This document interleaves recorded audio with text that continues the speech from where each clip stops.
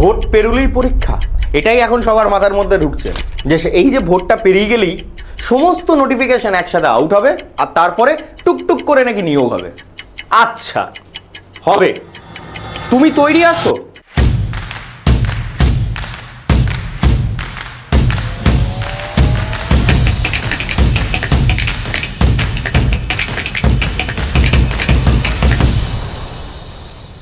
ভালো করে একদম ঠান্ডা মাথায় চিন্তা করে দেখো যে তুমি তৈরি তো। নোটিফিকেশন আউট হবে, মেনে নিলাম। এক্সাম হবে, মেনে নিচ্ছি। সেই এক্সাম তুমি ক্র্যাক করতে পারবে তো? এক্স্যাক্টলি। আর আজকে আমরা ওয়েস্ট বেঙ্গল গভর্নমেন্টের খুবই পরিচিত একটা পরীক্ষা নিয়ে আলোচনা করতে চলেছি। অলরেডি তোমরা থাম্বনেলের মধ্যে জানতে পেরিয়ে গেছো, পরীক্ষাটার অন্য কোনো পরীক্ষা না, সবার প্রিয় ক্লার্কশিপ, পিএসসি ক্লার্কশিপ। এই বিষয়ে খুঁটিনাটি আজকে আমি তোমাদের কাছে জানাতে এসেছি।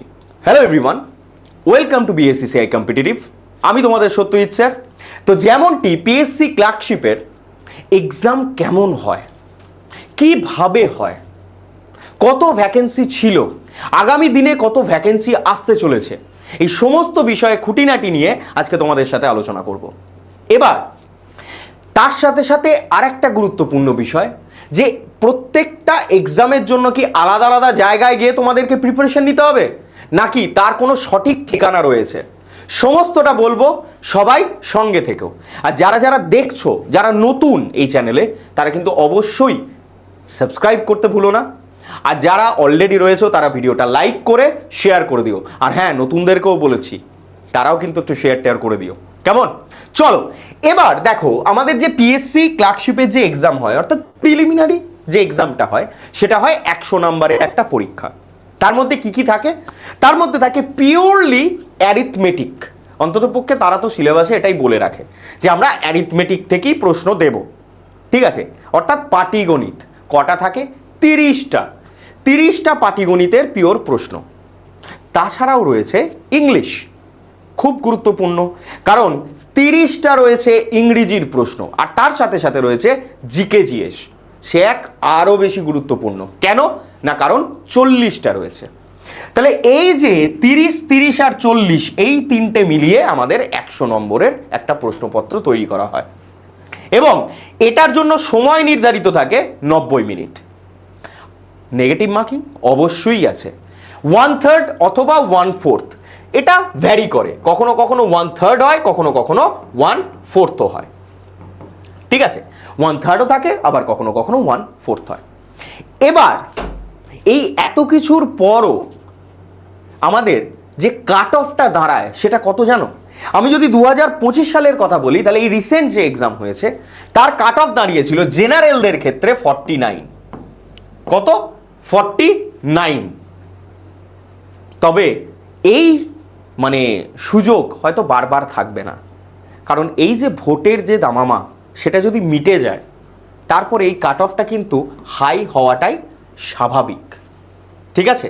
তাই এই 49 কাট অফ যাবে, এটা ভেবে কেউ বসে থেকো না, ঠিক আছে? এটা ইউআরদের কথা বললাম, ইডাব্লিউএস এর কাট অফ না বলাটাই ভালো, ঠিক আছে? এরপর প্রিলি ছাড়া যে পরীক্ষাটা রয়েছে সেটা রয়েছে আমাদের মেন্স। মেন্সের সিলেবাসটা কীরকম না, এটা অবজেক্টিভ প্লাস ডেসক্রিপটিভ, দুটো মিলিয়েই হয়। তাহলে ডেসক্রিপটিভের মধ্যে রয়েছে আমাদের বেঙ্গলি আর ইংলিশ, অর্থাৎ বাংলা আর ইংরেজি লেখা পরীক্ষা, অর্থাৎ রাইটিং লিখতে হবে, তোমাকে একটা প্রেসি লিখতে হবে, তোমাকে একটা লেটার লিখতে হতে পারে, তোমাকে একটা রিপোর্ট লিখতে হতে পারে, তোমাকে একটা ট্রান্সলেশন করতে হবে। বেসিক্যালি 3টে বাংলায় লেখা আর 3টে ইংরেজিতে লেখা, ঠিক আছে? এবং ওপরে বাংলাতেও তোমরা যেটা লিখবে, ইংরেজিতেও সেই একই প্যাটার্নে একই প্রশ্নপত্র থাকবে, অর্থাৎ সেটাই লিখতে হবে। মানে তোমাকে যদি বাংলায় রিপোর্ট লিখতে দেয়, ইংরেজিতেও জেনারেলি রিপোর্টই লিখতে দেবে। বাংলায় লেটার লিখতে দিলে ইংরেজিতেও লেটার লিখতে দিতে পারে, বা হয়তো অল্টার চেঞ্জও হতে পারে। তাই সমস্তটা প্র্যাকটিস করে রাখা ভালো, কিন্তু ট্রান্সলেশন এবং প্রেসি দুটোতেই থাকবে, ওকে? এবার ঘটনাটা হচ্ছে, পিএসসি ক্লার্কশিপের যে মেন্স, তার পরীক্ষা তো হয়েও গেছে, তার রেজাল্ট কিন্তু এখনো বেরোয়নি। সেটা যখন বেরিয়ে যাবে, তারপরে থাকবে তোমাদের একটা কম্পিউটার টাইপিং। এই কম্পিউটার টাইপিং এর পর থাকবে তোমাদের ভেরিফিকেশন অফ ডকুমেন্টস, আর তারপরেই হচ্ছে চাকরি। তাহলে আর 4-5টা যে পরীক্ষা আমরা দিতে থাকি তার থেকে কিন্তু এর প্রসিডিওরটা আলাদা না, এবং এর সিলেবাসও কিন্তু খুব একটা আলাদা না। তাহলে আমরা এইটার জন্য বা আর যে 4-5টা আমরা পরীক্ষা দিচ্ছি, রেল দিচ্ছি, এসএসসি দিচ্ছি, বা অন্যান্য আরও 4-5টা এক্সাম দিচ্ছি, তাদের জন্য আলাদা আলাদা জায়গায় আলাদা আলাদা প্রিপারেশন নিতে হবে, এই প্রশ্নটা তো মাথার মধ্যে আসেই? একদমই না। তোমাদের জন্য স্পেশালি যারা যারা এই বিএসএসসিআই কম্পিটিটিভ চ্যানেলকে ফলো করো, তারা প্রত্যেকে জানো যে আমাদের তোমাদের জন্য রয়েছে কি, একদম ডাইরেক্টলি যদি তোমাদেরকে বলি তাহলে রয়েছে কি আমাদের প্রতিজ্ঞা ব্যাচ। ঠিক আছে, প্রতিজ্ঞা ব্যাচ তোমরা ডাইরেক্টলি গুগল থেকেও অ্যাক্সেস করতে পারো, এবং আমি যদি তোমাদেরকে দেখাই তাহলে এখান থেকেই দেখিয়ে দিতে পারি, যেটা হচ্ছে কি আমাদের এই প্রতিজ্ঞা ব্যাচ বলতে পারো, জেনকম ব্যাচ বলতে পারো, ফাউন্ডেশন ব্যাচ বলতে পারো, একই ব্যাপার। কিন্তু এই ব্যাচটা আলাদা আলাদা করে পারচেস করবে নাকি একসাথে? অর্থাৎ ইংরেজির জন্য, অঙ্কের জন্য, জিকেজিএস এর জন্য, কম্পিউটার টাইপিং এর জন্য স্যার করবোটা কি আলাদা আলাদা করে পারচেস করব? একদমই না। আমি বলবো প্রত্যেকে একটা ভ্যালুয়েতে, যে ভ্যালুটা অলরেডি ডিসকাউন্ট করে হবে, আমি সব বলে দেব, তো সেই ভ্যালুটা দিয়ে অলরেডি গোটা ব্যাচটা অর্থাৎ কম্বাইন্ড ব্যাচটাকে পারচেস করো। এতে কি হয়, এতে অনেকটা তোমাদের ছাড় পাওয়া যায়। কারণ আলাদা আলাদা করে ব্যাচেস পারচেস করা মানে হচ্ছে আলাদা আলাদা করে তোমাকে টাকা পেমেন্ট করতে হবে, তার তো কোনো দরকারই নেই, তাই না?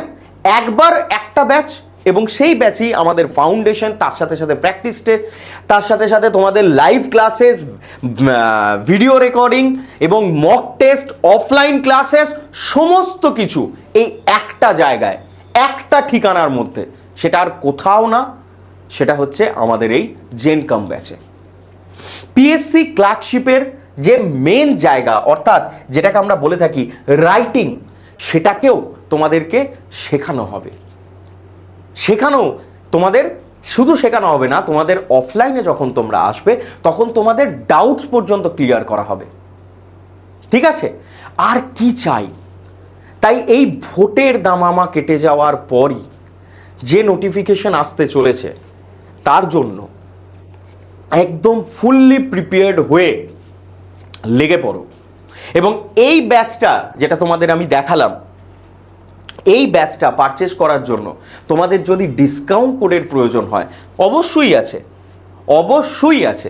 সেটা কি না, সেটা হলো YT116। এই কোডটা ইউজ করতে পারো ম্যাক্সিমাম টু ম্যাক্সিমাম ডিসকাউন্ট পাওয়ার জন্য।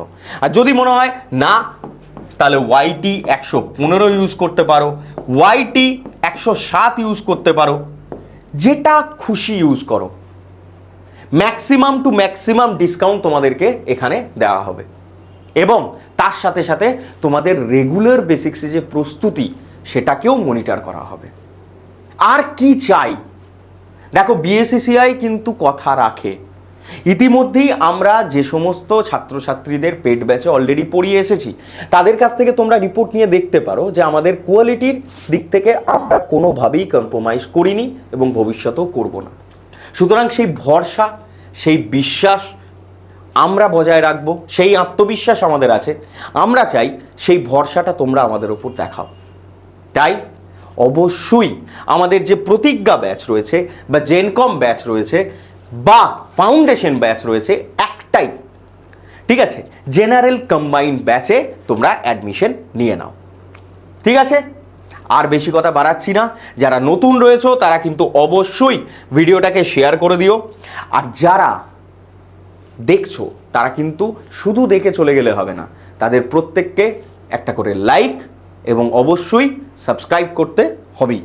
ঠিক আছে, চলো দেখা হবে তোমাদের সাথে লাইভ ক্লাসে। Thank you.